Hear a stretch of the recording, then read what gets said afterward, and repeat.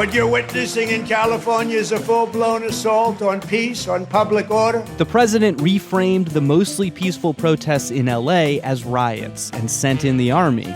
But you need to have some express legal authorization in order to deploy troops. You can't just say, this looks like chaos to me, so I'm going to bring in the military. From WNYC in New York, this is On the Media. I'm Micah Loewinger. And I'm Brooke Gladstone. Several journalists covering the protests have been attacked by law enforcement.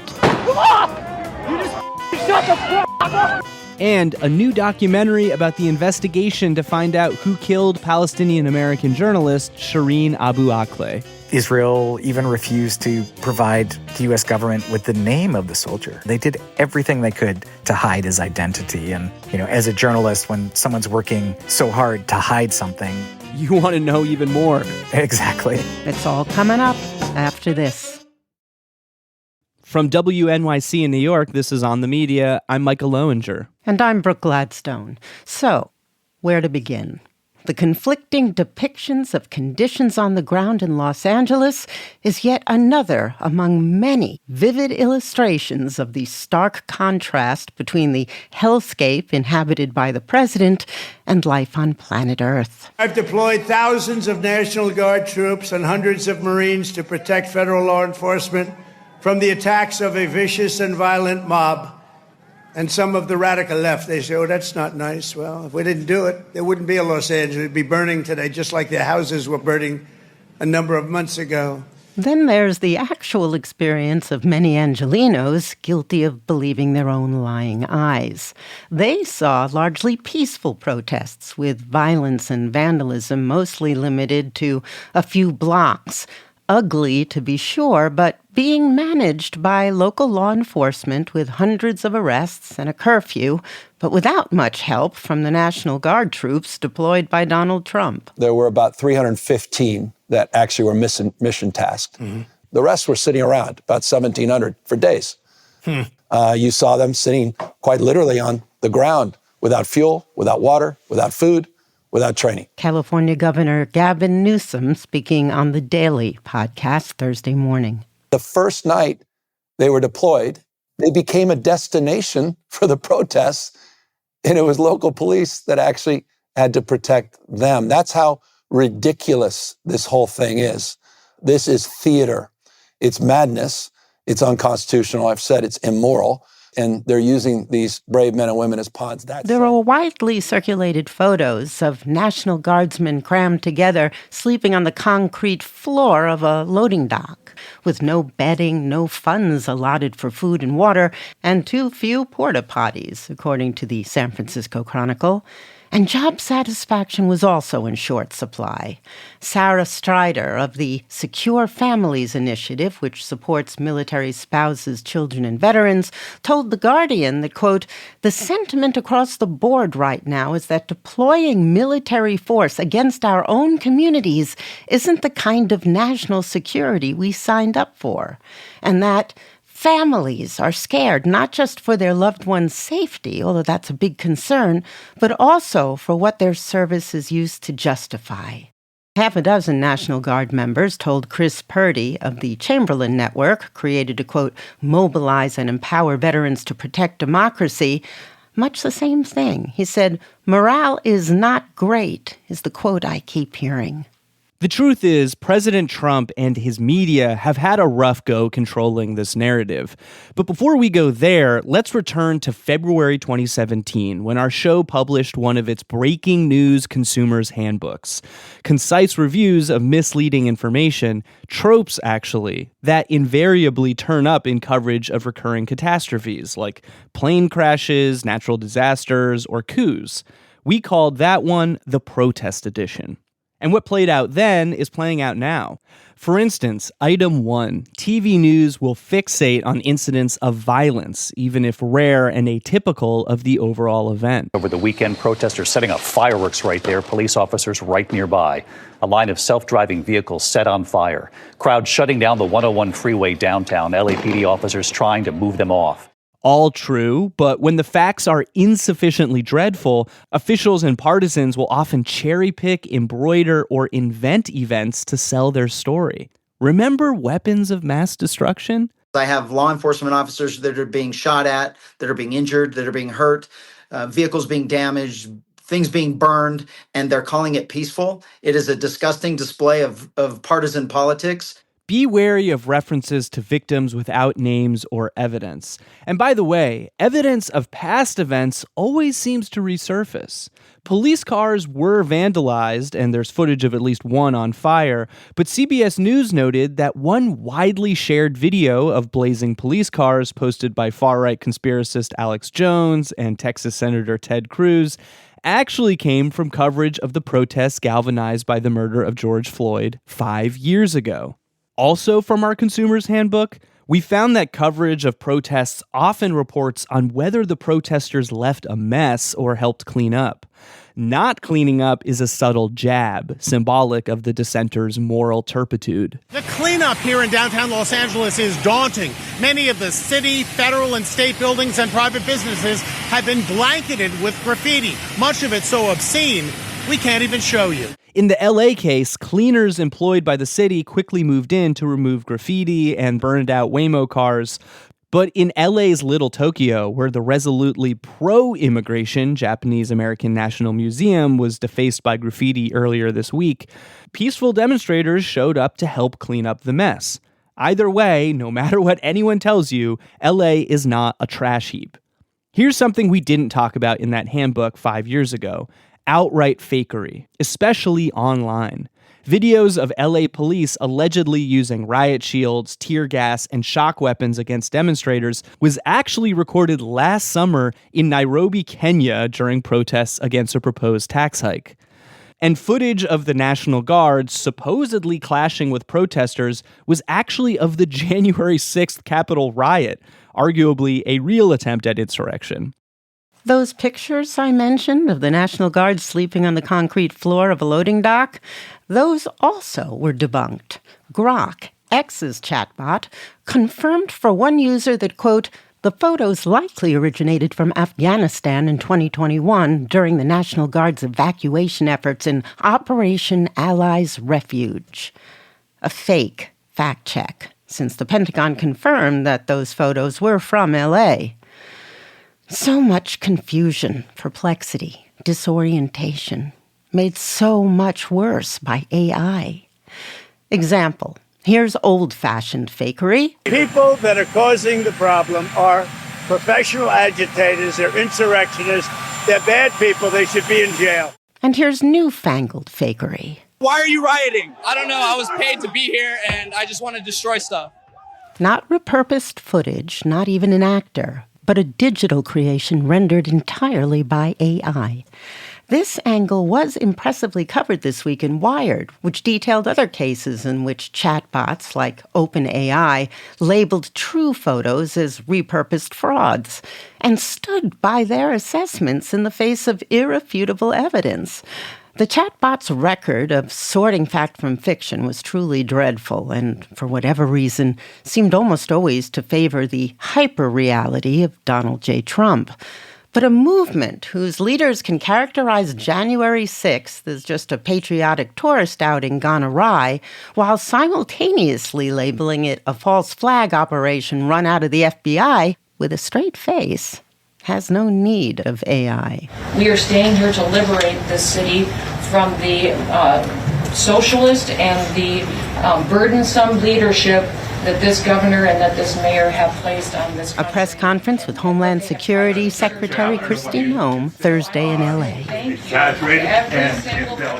California Senator Alex Padilla tried to ask a question. I'm Senator Alex Padilla. I have questions for the secretary, because the fact of the matter is a half a dozen violent criminals that you're rotating on your I also want to hands off.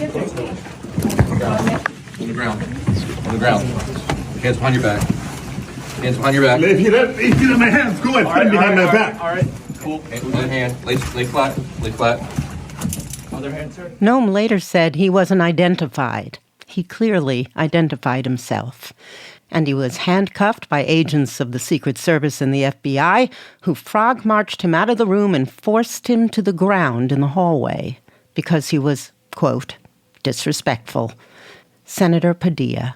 If this is how the Department of Homeland Security responds to a senator with a question, you can only imagine what they're doing to farm workers, to cooks, to day laborers out in the Los Angeles community and throughout California and throughout the country. We already have a statement from the Department of Homeland Security that has accused Senator Padilla of being disrespectful, as if that is a rationalization for violence. Connecticut Senator Chris Murphy. They're going to spin this, but I'm begging my Republican colleagues, don't let them do it.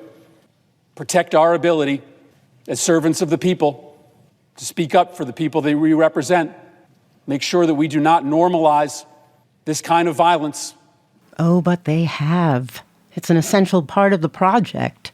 Disrespect is now a crime against the state.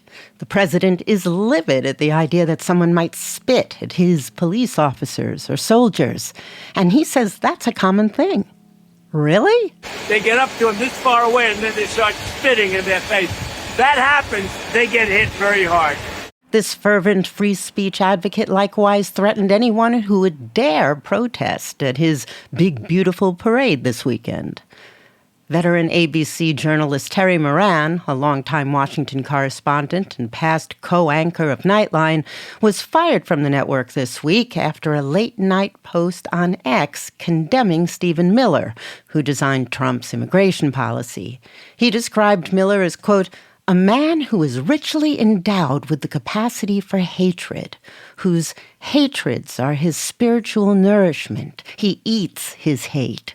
He added that Mr. Trump is a world-class hater, but his hatred is only a means to an end, which is his own glorification.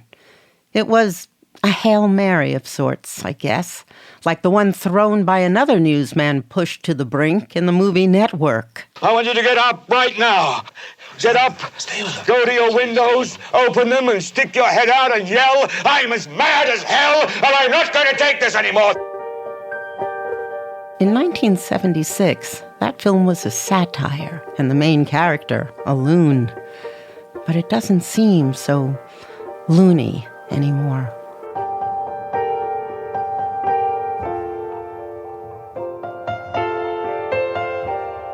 Coming up, how fake emergencies make for real emergency powers.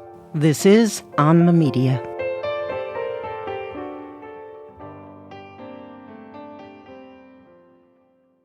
WNYC Studios is supported by Dell Technologies.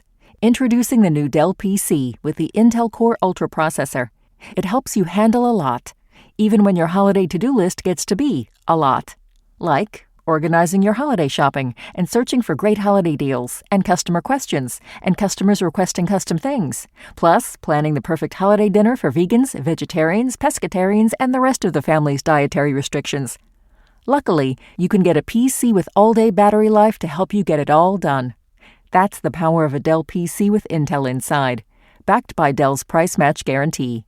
Get yours today at Dell.com/holiday. Terms and conditions apply. See Dell.com for details. Here at Life Kit, we take advice seriously. We bring you evidence-based recommendations. And to do that, we talk with researchers and experts on all sorts of topics. Because we have the same questions you do. Like, what's really in my shampoo? Or should I let my kid quit soccer? Or what should I do with my savings in uncertain economic times? You can listen to NPR's Life Kit in the NPR app or wherever you get your podcasts.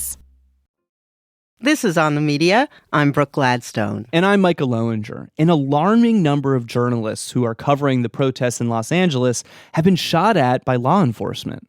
There was the Australian journalist who was on camera when she was shot from behind with a rubber bullet.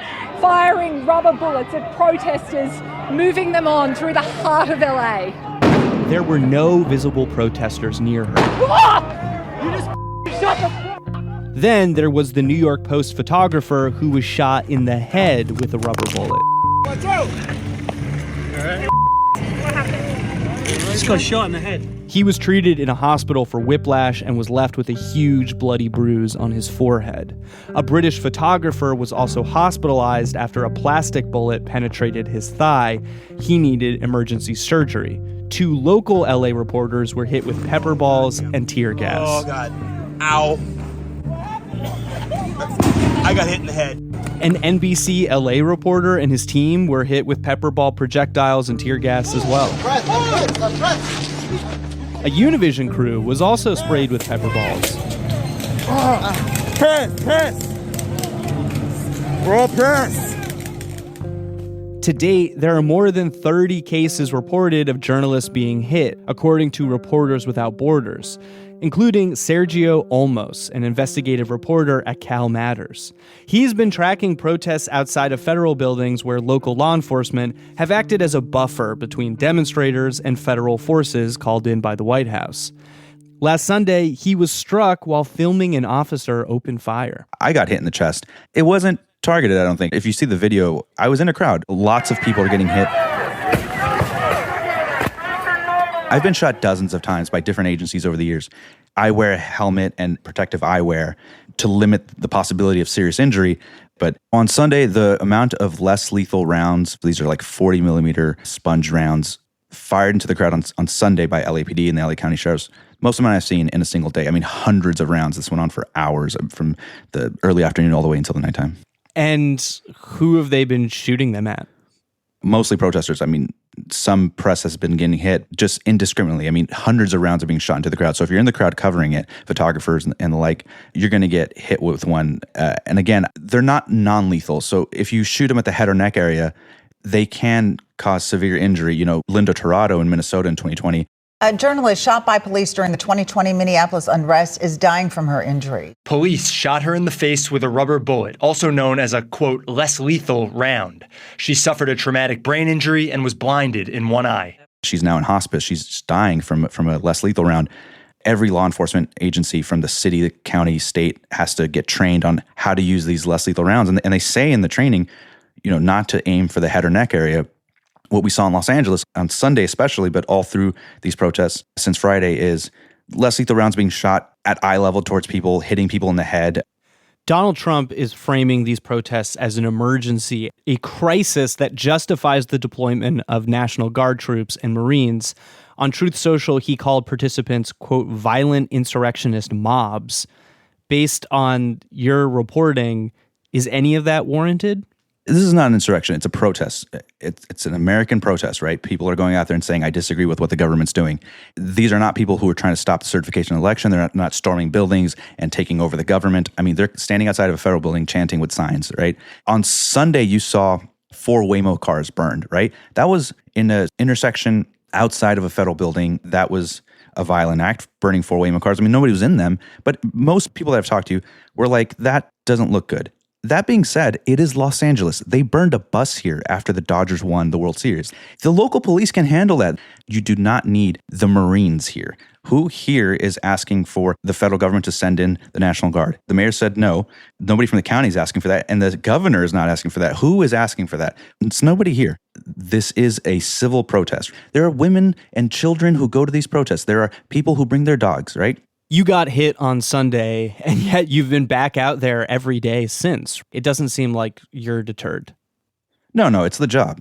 I'm a professional journalist. The public wants to know what's going on. They pay me every 2 weeks at Cal Matters to be out there and figure out what's going on. It's my job. I'm going to be out there. All right. Sergio, thank you so much. Thank you so much. Sergio Olmos is an investigative reporter for Cal Matters. As Sergio Olmos just said, who here is asking for the federal government to send in the National Guard? Neither the mayor of Los Angeles nor the governor of California requested the 4,700 National Guard members and Marines activated by the administration. On Thursday, a federal judge ruled that the president's federalizing, that is, taking over the California National Guard to quell the protests against his immigration policy, was illegal because he didn't follow congressionally mandated procedures. The White House instantly appealed, almost as if they were expecting it. And that very evening, a 3-judge panel agreed to stay the previous order that would have taken effect at midday. A hearing's now scheduled for Tuesday. The president says he's just acting to end the chaos, But is that a viable legal justification? Well, it's certainly unprecedented. Elizabeth Goitein is the Senior Director of the Liberty and National Security Program at the Brennan Center for Justice. The law that authorizes the president to deploy federal armed forces to suppress civil unrest is the Insurrection Act. And he hasn't invoked the Insurrection Act. He's relying on an obscure law that has not previously been used on its own to quell civil unrest. It's been used sort of as a supplement to the Insurrection Act. Ordinarily, federal armed forces are prohibited by law from engaging in law enforcement activities. That's the Posse Comitatus Act. That law prohibits federal armed forces from directly participating in law enforcement unless it is expressly authorized by an act of Congress or by the Constitution. And so you need to have some express legal authorization. You can't just say, this looks like chaos to me, so I'm going to bring in the military. The president hasn't invoked the Insurrection Act, but he has named a statute to justify his actions. 10 U.S.C. 12406? That's right. It's a mouthful. It can only be used to quell civil unrest like the president is doing if there is a rebellion or a threat of rebellion against government authority, which basically means an insurrection, an attempt to overthrow the government.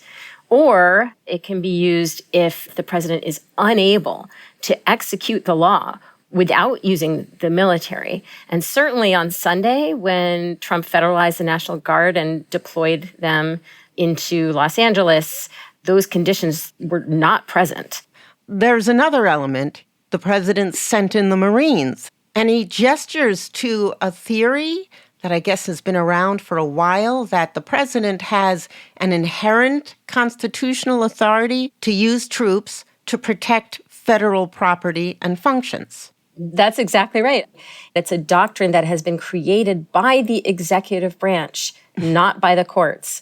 Now, the executive branch has pointed to what I'm going to call dicta in a couple of court opinions to support this theory. Dicta means that it's something that really wasn't necessary to resolve the issues in the case, and therefore it's not binding. So this is kind of a way to get around the Posse Comitatus Act, and that is really problematic from a legal perspective. Right. So last Saturday, the president issued his memorandum authorizing the deployment of military forces against the protesters, but you say what's in that memo is much more far-reaching than what's happening now in L.A. I mean, the memo is not limited to Los Angeles. It doesn't even mention Los Angeles. The memo authorizes deployment of federal armed forces anywhere in the country where a protest against ICE activity is occurring, whether or not that protest involves any violence, or anywhere a protest is likely to occur. Likely to occur? Likely to occur. I mean, I would expect that anytime there is ICE activity in a blue city, the president is going to take the position that protests are likely. So when have we seen that in our country before? A nationwide preemptive deployment of the military to police peaceful protests has never happened in the history of this country. That's something that happens in authoritarian regimes. And we have all of these laws to prevent that from happening, and a few rather vague and generally phrased exceptions that the president cites but hasn't actually even met the conditions for. That's right. Now, of course, if the courts come in and say you can't rely on these obscure legal authorities that haven't been used in this way in the past, he could very well then turn to the Insurrection Act. My concern, frankly, is that the deployment of federal troops has been so provocative and so escalatory that the presence of the troops could create the conditions under which there could be an argument made that the Insurrection Act is appropriate. Of course, that would be a misuse of the Insurrection Act. You mean to pick fights?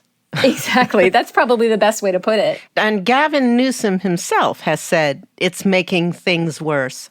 I don't think people realize that, though. Watching TV, you might just see a brief clip with some smoke or people running. Yeah, it's a real problem. But there has been some very good reporting on the ground. And when the president says Los Angeles is being destroyed, it's being terrorized, it's being obliterated. What you're witnessing in California is a full-blown assault on peace, on public order, and on national sovereignty carried out by rioters bearing foreign flags with the aim of continuing a foreign invasion of our country. We're not going to let that happen. I mean, the reality is, if a city is being destroyed and obliterated, the mayor of that city is going to ask for help. There are laws against deploying troops in this way.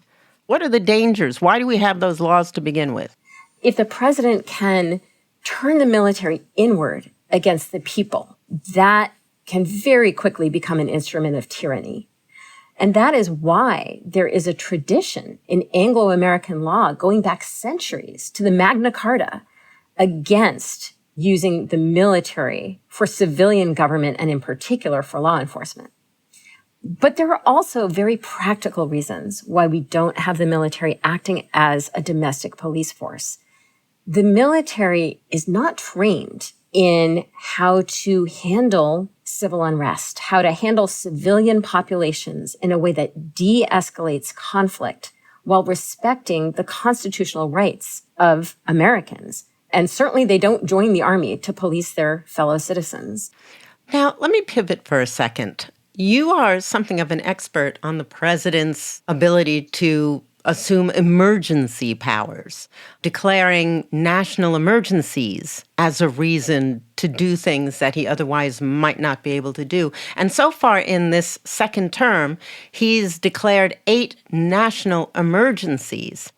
Is that a record? That far outpaces the second most prolific user of national emergency powers, which was President Trump in his first term. And I'm talking now about emergencies declared under the National Emergencies Act, which was passed in 1976.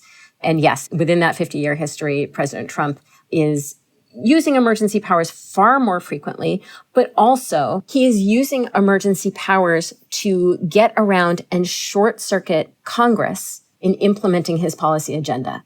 Very different from the way previous presidents have used those powers.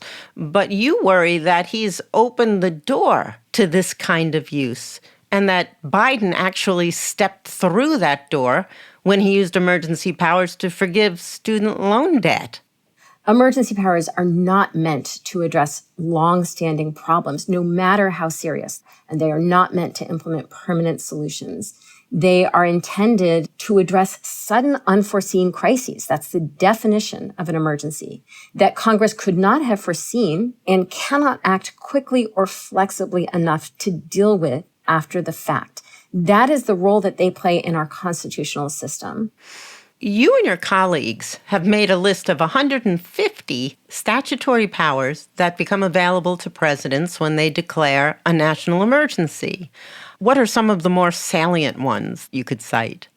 There's a provision of the Communications Act that allows the president to take over or shut down radio or wire communications facilities in a national emergency or if he proclaims a threat of war. This was last used during World War II when wire communications meant telephones or telegrams, and most American households didn't even own a telephone. Today, it could arguably be used to try to assert control over US-based internet traffic.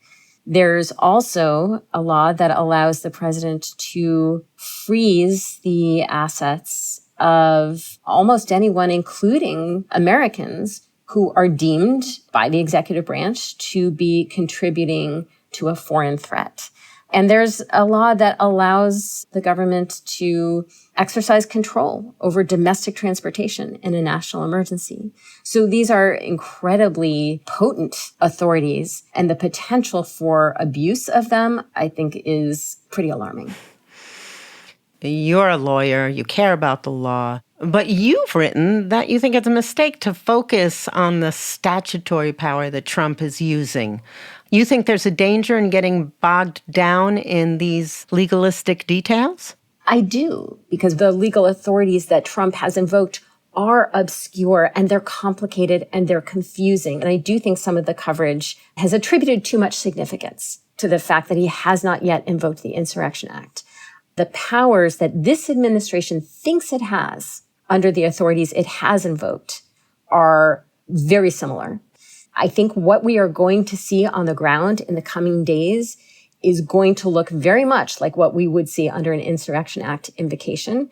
There is a big picture here that I think might be getting a little bit lost in some of the coverage. There's something that we've heard a lot. We heard it during the first term from Masha Gessen on our show. We've heard it a lot during the second term, that our institutions cannot save us. The law cannot save us. So focusing on the law is a distraction.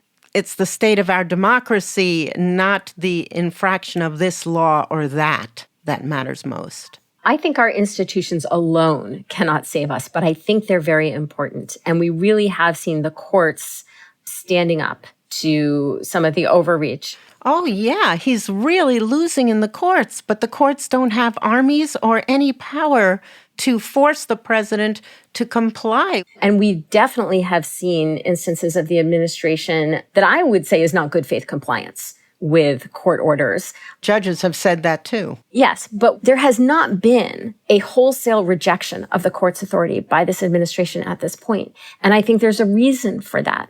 Huge majorities of Americans say that the president has to obey the courts.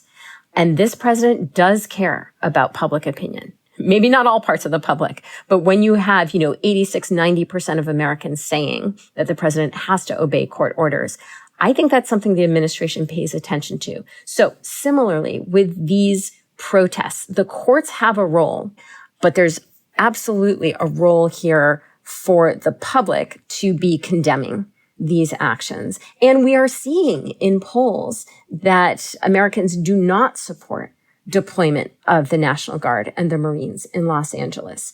So that is important. This is about our institutions, absolutely. But it's also about our values, our voice as citizens, and whether Americans are going to stand up for their own democracy. So, along with the courts, if you want to protect the right to assemble and to protest, you need to do it more in the face even of long guns. One of the things that's incredibly concerning is that there are people who otherwise would be protesting who are staying home. I was on the BBC NewsHour this morning, and right before they came to me, they interviewed a woman who had come out to protest. But when she saw what was happening and realized that she might be arrested, she said, well, I'm just going to go home. One of the reasons why the military should not, as a general rule, be policing protests is because it has the effect of chilling the exercise of people's constitutional rights to protest and to protest peacefully. Elizabeth, thank you so much. My pleasure. Thank you for having me. Elizabeth Goitein is Senior Director at the Brennan Center for Justice. Coming up, a new documentary reveals new information about the killing of a prominent Palestinian-American journalist. This is On the Media.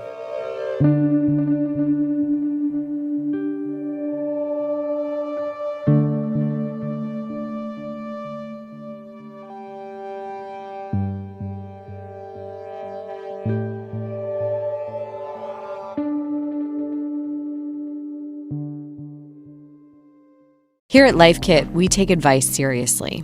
We bring you evidence-based recommendations. And to do that, we talk with researchers and experts on all sorts of topics.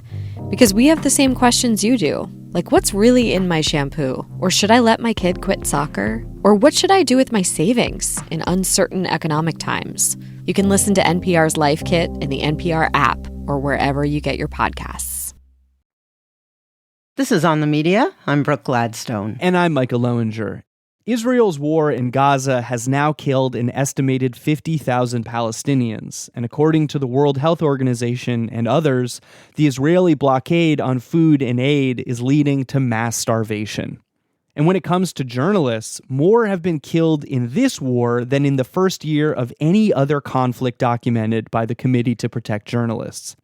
But the first American journalists killed by Israeli Defense Forces in the West Bank died a little over a year before October 7th. The news broke this morning that Al Jazeera correspondent Shireen Abu Akleh was killed while covering an Israeli military raid in the Palestinian town of Jenin. She was shot in the head while reporting in the occupied West Bank. She was wearing a flat jacket with press marked on it. Shireen Abu Akleh was a Palestinian-American born in Jerusalem. She spent her early childhood in New Jersey and reported on the occupied territories for over 2 decades. Shireen started her career in the 1990s when there were few Arab women reporting on issues that affected their communities. She inspired a generation of other Arab women to do the same. She's like a Christiane Amanpour figure. You know, she was steady. She was empathetic. She put her life on the line repeatedly to cover the Palestinian story. Dion Nissenbaum is a former foreign correspondent for the Wall Street Journal and the co-executive producer of the new documentary, Who Killed Shireen?, a film for Zeteo, the media organization founded by former MSNBC host Mehdi Hasan. Dion told me that he was troubled by the contradictory explanations that the IDF gave for Shireen's death. First, they came out with the misinformation saying that she was, shot by militants, and then they said she was killed in the crossfire. And then ultimately they issued this statement where they try and claim it's not possible to determine who did it. They sort of have this word salad that misrepresents exactly what the conclusion was. Can you read from that statement and tell me what struck you about it? This was the final investigation that they did. So it starts off saying, following the completion of a series of investigations, it appears that it is not possible to unequivocally determine the source of the gunfire which hit Miss Abu Akleh.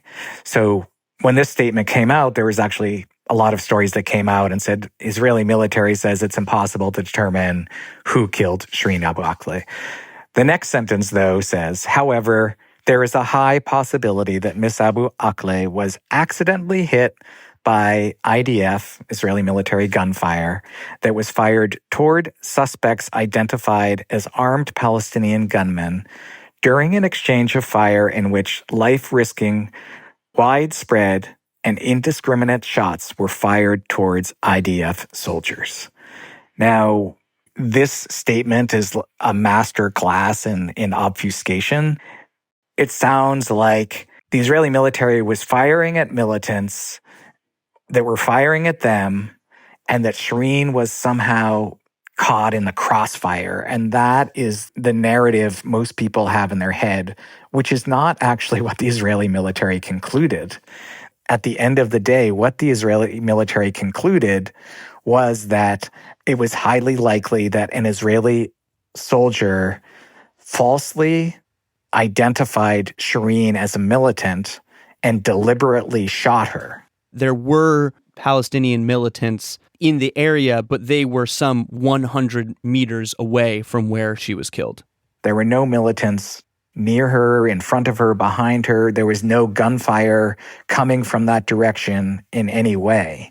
So this idea that she was caught in the crossfire is not what the Israeli military itself concluded.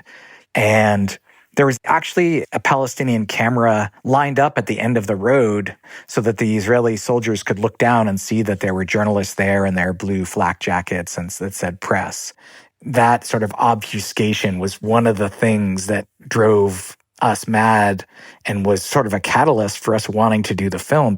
And independent investigations following Shireen's death from the New York Times, the Associated Press, the Washington Post, they all concluded that she was killed by an Israeli soldier, though none of these outlets named the shooter.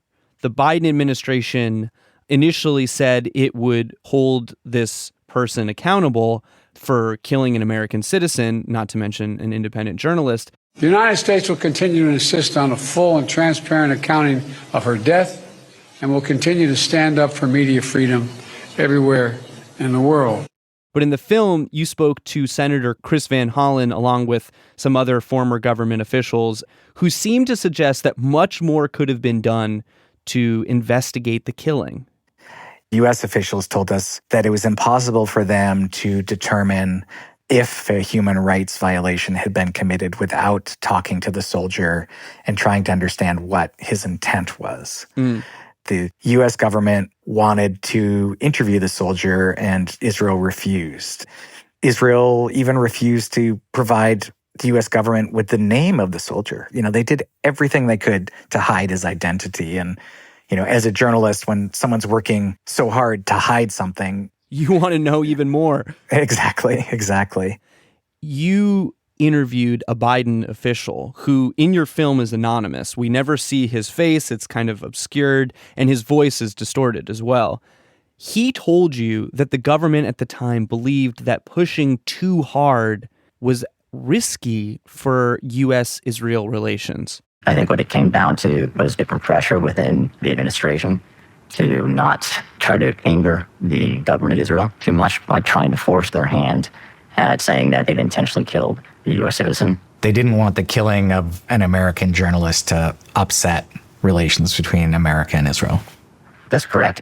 I'm actually somewhat hopeful that source is going to go public in the next couple of weeks. As a result of your film and the publicity that it's garnered? Yes. One of the things that the former Israeli official says, the advisor to the prime minister at the time, was that this wasn't a high priority for President Biden. He didn't bring it up with the prime minister. You ultimately did something that the Biden administration could not, which is name the killer. One of your early leads was that he was part of an elite Israeli IDF unit called Duvdevan. The Israeli military had said that in their final investigation. Duvdevan, which has been lionized with this TV series called Fauda, which is on Netflix. Sleep well at night. One last kill. You make sure we're the ones pulling the trigger. Maya and Aisha just got into a Hezbollah car. They were actually like an undercover unit that would work in the Palestinian territories. They would dress up as Palestinians. They dressed up as doctors and gone into hospitals in Jenin to kill suspected militants. They sometimes refer to themselves as like the cherries because they're the cherry on top of the security forces. Exactly. The Duvdevan means cherry. And so we had a couple of different leads. One sort of tantalizing lead we got was there was a Israeli filmmaker named Oren Rosenfeld who had done a film on Duvdevan and how they'd become this celebrated Hollywood unit. And he had been able to arrange what I think is the only meeting with this Israeli soldier right after the killing. He was brought in to meet the soldier, and the guy was wearing a balaclava. He didn't reveal his name.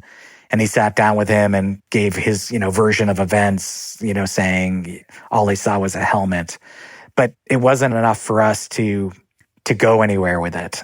How did you ultimately uncover this guy's identity?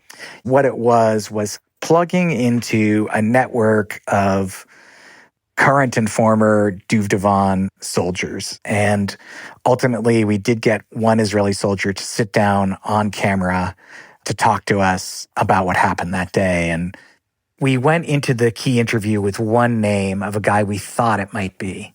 And, we got to the day of Shireen's killing and asked this soldier, what's your understanding of what happened that day? And he said to us, well, the first thing you need to know is that guy is dead now. And that corroborated the tip that we had that he was dead. I had the name of the guy we thought it was, and I was like, yeah, it was Liav, right? And he's like, what? No, that guy is great, but that's not who did it. It was Alon. It was Alon Scagio. And, it worked exactly as I was hoping it. It was, one of these really magical interviews where you go in with a piece of information. It might be right or wrong, and they do exactly what you hope, which is correct you. Alon Scagio was at the time a 20-year-old Duvdevan soldier on his first deployment in the West Bank. And he ultimately was killed last year in Jenin by Palestinian militants. So there was a lot of irony in that he was killed in the same place where he sniped Shireen Abu Akleh. Right. The New York Times has since independently corroborated this reporting. And on the day of the premiere of your film for Zeteo, you actually reached out to the family of Alon Scaggio. Tell me about your conversation with his mom. I definitely wanted the family to know before the film came out. And I actually thought that they did know because his dad was part of the Israeli police department. They had gone out and talked about his death on Israeli television multiple times. I called her up out of the blue and said, I just want you to know that we're going to be identifying your son as the person who killed Shireen Abu Akleh. And she didn't know. And she was surprised and didn't believe me. And she also had this false narrative in her own head. She said, well, Shireen was between militants when she was killed.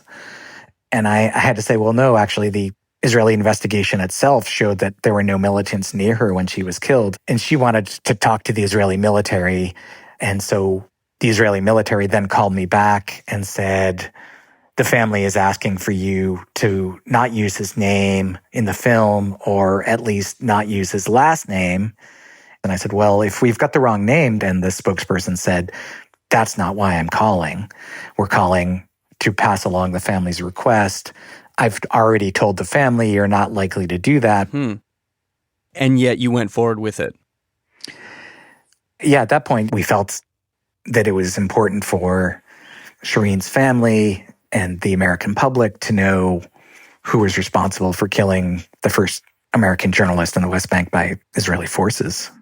One of the most shocking details for me that you learned from a source is that after Alon was killed in Jenin, his unit was so upset that his name and legacy within the IDF had been stained by the fact that he shot and killed Shireen that they used a photo of her as target practice? Yeah, that was also one of the most shocking things for us. And it speaks to, a concerning mentality, certainly not throughout the entire Israeli military, but certainly with this unit where they viewed Shireen as the enemy, as a villain. And there was nothing she did that day that made her an enemy. She was walking up the street in a flak jacket that said press to cover a military operation. She wasn't a threat. She wasn't amongst militants. She wasn't interviewing militants, but they viewed her as the enemy. There's a very moving moment in the film when you ask your friend and co-reporter, Fatima Abdul Karim, who now works for the New York Times, what she does differently as a reporter since Shireen was killed. I don't think that I do things differently in my work, but I do things differently as a mother now. Really? Like what? I hug my children more often. I always kiss them before I leave because it might be the last time. You never know. In fact, Fatima Abdul Karim told you that Shireen's killing marked a turning point in how Israel treated Palestinian journalists, in that no matter their conduct, they would be regarded as terrorists. Shireen's funeral was ultimately attacked by Israeli forces, and the narrative that Palestinian journalists are dangerous is something that we've actually heard quite a bit in the wake of October 7th. Our lives. You start realizing that they're not just trying to kill Palestinian journalists physically. They're also trying to pose doubt on our words. We are not credible enough. We are not good enough as journalists. And that's not true. I do think it would be great for people to reflect on how much Palestinian journalists are putting their lives on the line. They're the only eyes and ears we have in the Gaza Strip to what's happening because Israel refuses to let foreign journalists in to operate freely. Ali Samoudi, who's also in the film, who was shot and injured that day. Shireen's producer, yeah, was detained about a week before the premiere of the film. He was arrested in Jenin, where he lives, and the Israeli military has actually admitted that they don't have any evidence to charge him with any crimes, but instead of releasing him, they are holding him without charge under the country's administrative detention laws. You know, the Israeli military has killed, nearly 200 Palestinian journalists in Gaza, making Israel the most dangerous country in the world now for journalists. You end the film by saying that many more Americans and journalists have died as a result of the Biden administration's failure to hold the IDF and the shooter accountable. How do you know that? Well, this is something that Senator Chris Van Hollen also says in the film. And it's our belief that the Biden administration's failure to hold Israel to account for killing Shireen, which was clearly a mistake, and their failure to get Israel to change its rules of engagement in any significant way has led to the Israeli military feeling a sense of impunity in how it operates in the West Bank and Gaza. A statement the Israeli military spokesperson put out in December after they deliberately targeted 2 Palestinian journalists in Gaza, they called them, quote unquote, combat propagandists who were aligned with Palestinian militant groups in the Gaza Strip. And the tweet from the chief Israeli military foreign spokesperson said, "Wearing a blue vest does not turn a terrorist into a journalist." Dion Nissenbaum is the co-executive producer of the film Who Killed Shireen, which you can watch on Zeteo.com. Dion, thank you very much. Thank you so much for having me. I really appreciate it.